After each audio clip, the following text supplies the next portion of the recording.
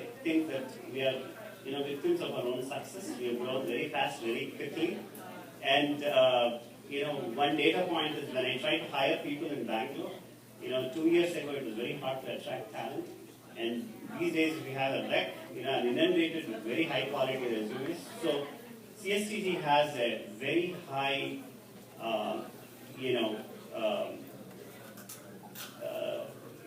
expectation in terms of what we can, we are expected to deliver. And so my biggest fear is, yes, we have a fabulous foundational talent. The pain points would be, are we, acting fast on some of the areas, particularly the customer care abates. I mean, we need to prioritize along each of the tracks, which are the ones that are going to have the most impact, which are the ones that are going towards the biggest bang for our investment, right? So for me, again, I'm wearing the support hat, right? 3 things really stand out. The biggest pain points for our customers today. Luckily, we have made some strides in the last 6 to 9 months, particularly on getting the systems more stable, right? We still have some work to do on the managed services, but to a large extent, our advanced services and technical services are fairly robust. So my biggest pain points will be availability, and then the next one will be supportability. We need, to be able, when issues come, we need to be able to zoom in on the issue, the root cause very quickly, galvanize the resources, and get to the right. Right now we are, global, distributed, and sometimes we feel that, issues are getting tossed around between, organizations. Not intently, but it's just that with the sheer size, we're not optimized enough. And in the meantime, our customer is paying for it. So that is one of the biggest concerns, ensuring that we have very clear accountability and access to the right subject matter experts very rapidly. And so the supportability track is going to be very, very important to ensure that we, as a support organization, we're able to quickly, troubleshoot, narrow down where the issues are. Because remember, we transcend not just organization within CSTG. We have to involve IT, we have to involve CPE teams, sometimes we have to involve manufacturing. We have to go across many teams. So that's another pain point. And finally, making our products more usable.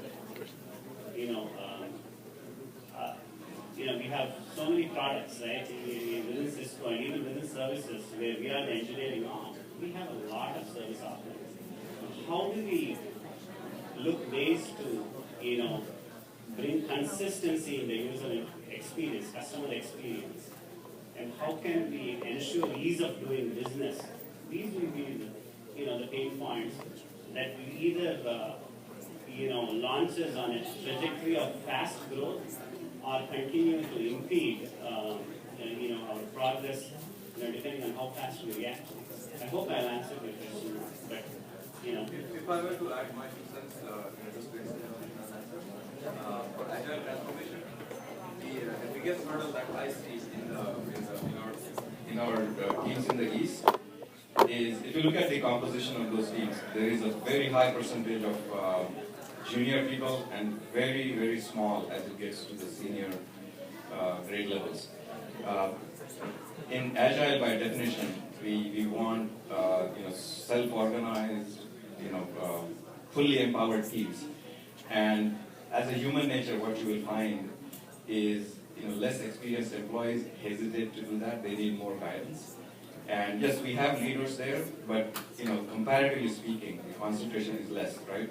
So as we create these Scrum teams, would we have enough leaders in each one of the Scrum teams that can create that self-empowerment, and energy and internal motivation among people? I think that's where, in my opinion, our biggest hurdle would be in agile transformation in these teams. And we have the opposite here, by the way. Yeah, great point. Thank you. Yeah, please. Another question. Do you want to share your conversation with Mala? I think it will be very motivating for everybody. The escalation cases. Well, thank you. So on Monday I got an opportunity to have my one-on-one Mala, and she was gracious to spend some time with me despite the very hectic schedule. So one of the things, first things I asked her, to know whether as a support organization we are doing our job right. So I said, when was the last time you got an escalation? And she was thinking, I don't remember, I think it's perhaps 6 months ago or so. So, because I remember when I took on the role, not a day passed when we had these issues. And the way these issues came were very strange, right? A customer would have this issue. They would call product management. Product management would inform Mala. Mala would inform Sunil, and he would call me, and I am completely blindsided, right? And then I thought there's something wrong about this model. It should work the other way around, right? So of course, we put a lot of things in place so that it doesn't happen that way, right? So one of the things we've done is have a bunch of preemptive services. So for every incident, we are able to literally prevent 28 other incidents. And of course, we have a lot of work to do, be more proactive. But at least these kind of ankle biters, which are going all the way to SVP and consuming a lot of time and causing a lot of distractions, have gone away. So that's basically our litmus test. I can understand if she's copied on a CAP, status update, because all SVPs and EVPs do get copied, and John himself gets copied on CAP. That's okay. But if she gets an escalation because one of us are not doing our job properly, that concerns me, right? Particularly in the support organization. So that was basically the conversation, and I was happy to hear that she didn't get anything for the last 6 months. Okay, we have time. More questions?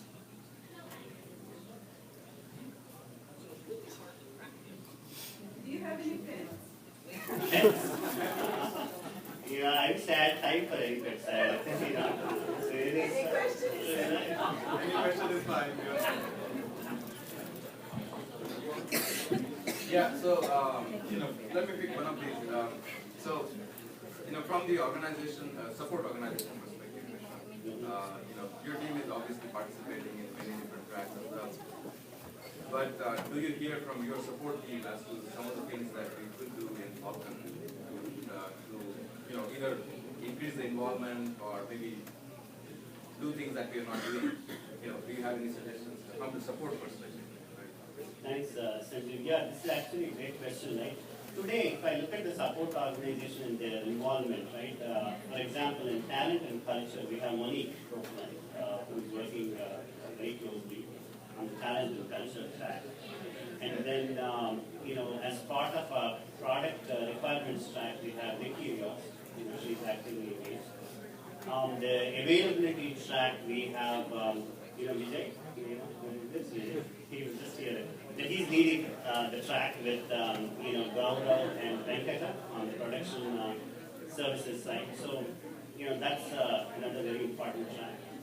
And then we also have, the business agility, right, part of the agile transformation. We've now, own business agility, which actually started as a ops forum where, Sanjeev, Jem, Bird, and, we have all, part of a forum to handle, questions and issues that are not getting handled by the normal process, right? Anything that needs to be escalated, we meet once in 2 weeks and review those. So now that has been folded into the business agility, and so basically what, to answer your question, Sanjeev, the support, team feels, the Falcon as, tracks are very much aligned to make our life easier in the support organization. And it's very good that, as we were designing the tracks, you really kept us in mind, particularly on the supportability track. In user experience track, boy, it is, though we are not involved directly, and it is, it has a big bearing on that. Where we would like to see a lot of focus is obviously in the supportability, responsiveness track, as well as, of course, the availability. I know there's tremendous progress being made in the availability. Tina is having, in fact, an update very soon coming on that. What I would like to request all of you, since we have, the whole CSTG San Jose team is please keep supportability in mind as you are designing the product, as you are coding, and as you are